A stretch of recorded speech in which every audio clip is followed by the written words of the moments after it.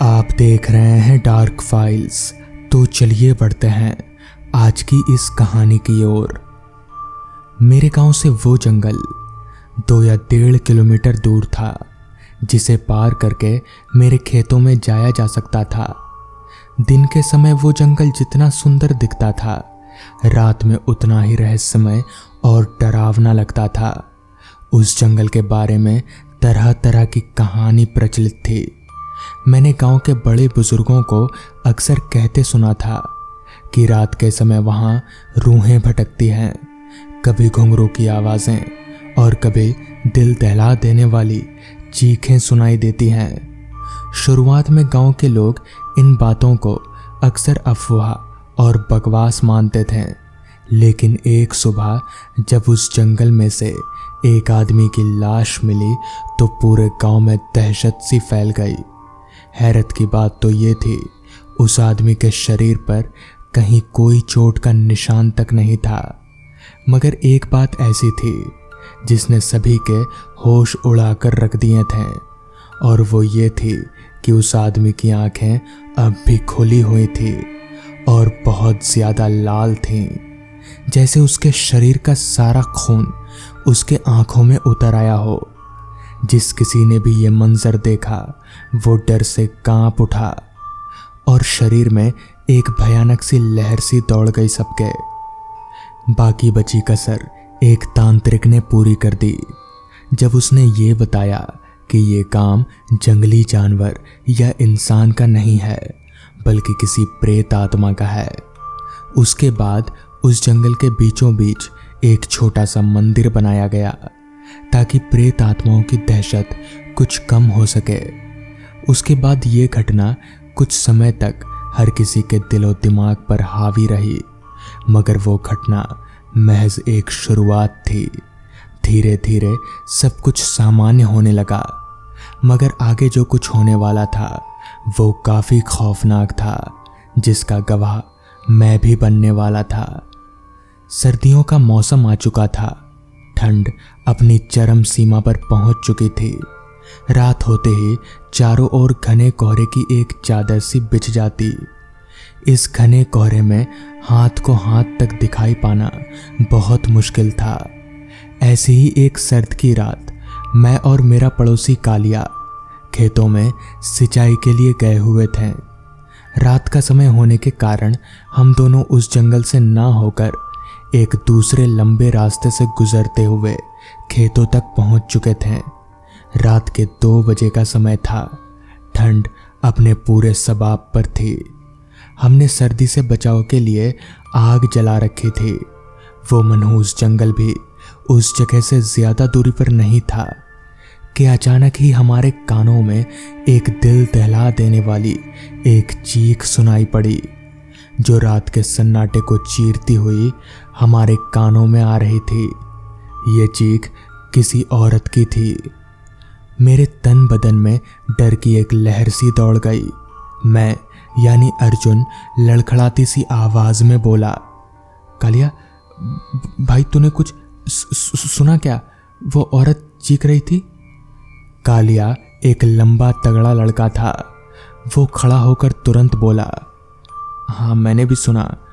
वो चीख किसी औरत की है, उस जंगल की तरफ से आ रही है। लग रहा है कि कोई औरत उन रूहों का शिकार बनने वाली है, या फिर शायद बन चुकी है। अभी हम ये बोल ही रहे थे कि फिर से बचाओ बचाओ के चिल्लाने की आवाज़ आने लगी।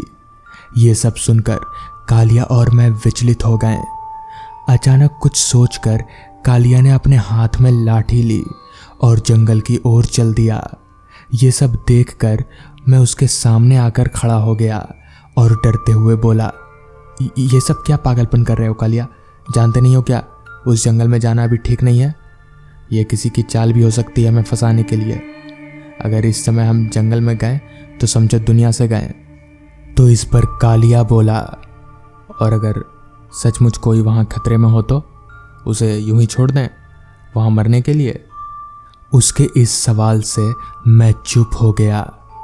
उसके फैसले के सामने मेरी एक ना चली और कालिया भागते हुए कुछ ही पलों में उस भयानक जंगल में घुस गया।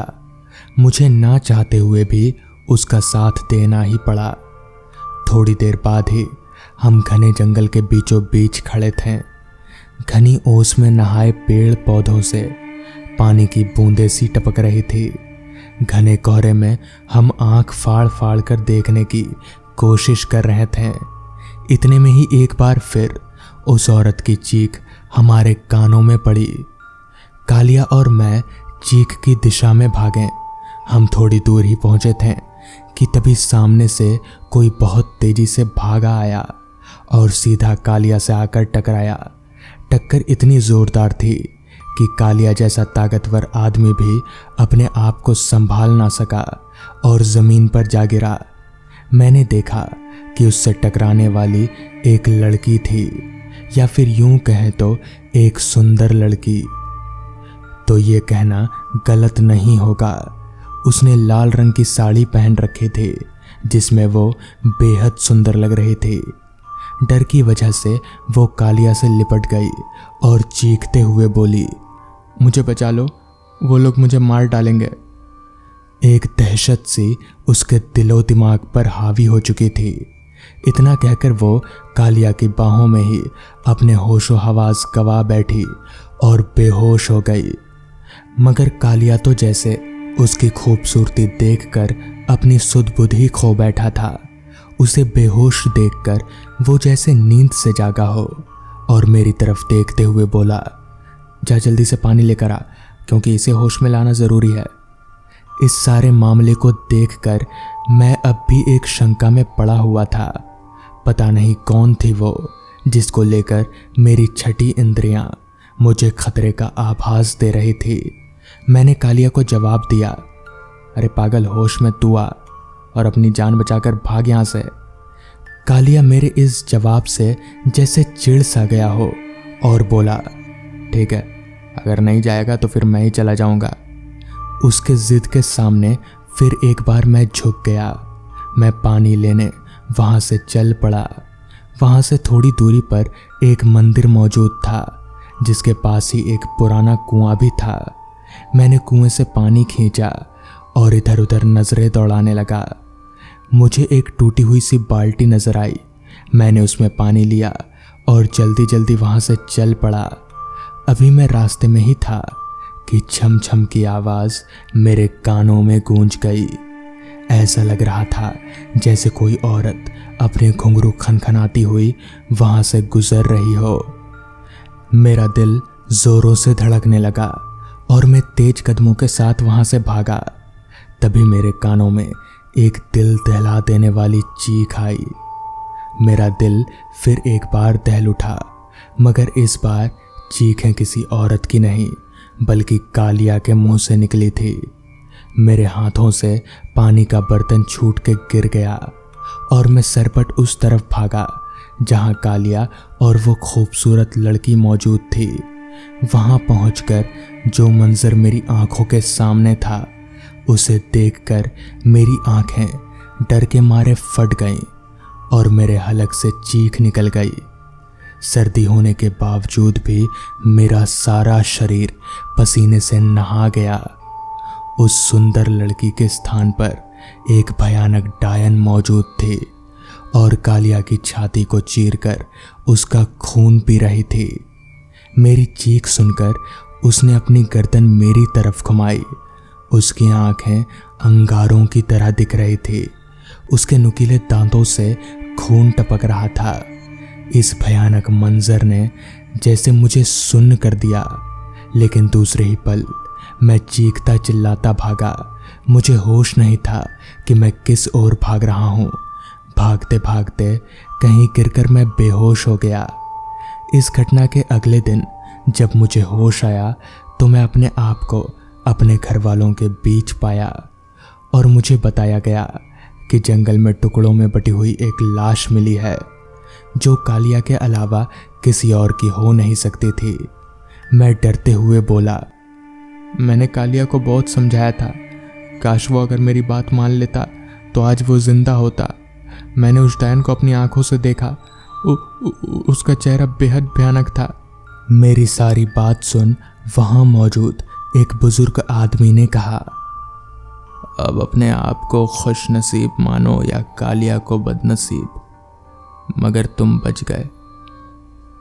उस दिन के बाद से अब उस जंगल में कोई नहीं जाता। तो दोस्तों, ये थी आज की पहली कहानी। तो चलिए बढ़ते हैं आज की दूसरी कहानी की ओर। गांव जाने के बाद मेरे पास बस 3 काम ही होते हैं, खाना, सोना और हर रात रमेश काका की कहानियां सुनना।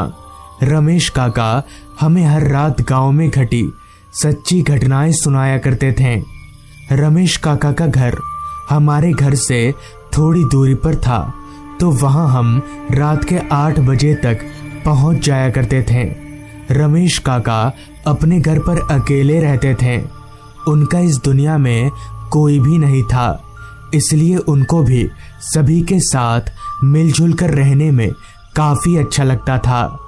ऐसे ही उस रात मैं चलकर रमेश काका के घर गया तो रमेश काका आग जलाकर ताप रहे थे। मुझे देखते ही काका ने कहा, अरे बिंटू, कब आए तुम? इस पर मैंने काका से कहा, वो काका, आज ही सुबह आया हूँ, अभी 2-3 दिन रहूंगा। इस पर काका ने मुझे बैठने को कहा। मेरे बैठते ही वहां गांव के और 2-3 लड़के आ गए, जो रोज इसी वक्त काका से कहानी सुनने आया करते थे। ठंड काफी होने के कारण आग के पास बैठने में हमें काफी अच्छा लग रहा था कि तभी मैंने काका से कहा, काका, आज कुछ कहानी बताइए। जिस पर काका ने बताना शुरू किया। आज से 3-4 साल पहले जब मैं गांव के बाहर जमींदार साहब के बगान में रात को पहरेदारी का काम किया करता था, तो उस वक्त गांव में आए दिन भूत प्रेत, डायन और काला जादू की घटनाएं सुनने को मिलती रहती थी। मगर मैं उस समय इन सब बातों पर विश्वास नहीं करता था। लेकिन उस समय गांव वालों का मानना था कि रात होते ही हर रोज गांव में अजीब अजीब सी घटनाएं शुरू हो जाया करती हैं। धीरे धीरे गांव के काफी सारे लोग एकाएक रहस्यमयी तरीके से मरने लगे, मगर मरने वाले लोगों की लाश काफी दिनों के बाद मिलती थी।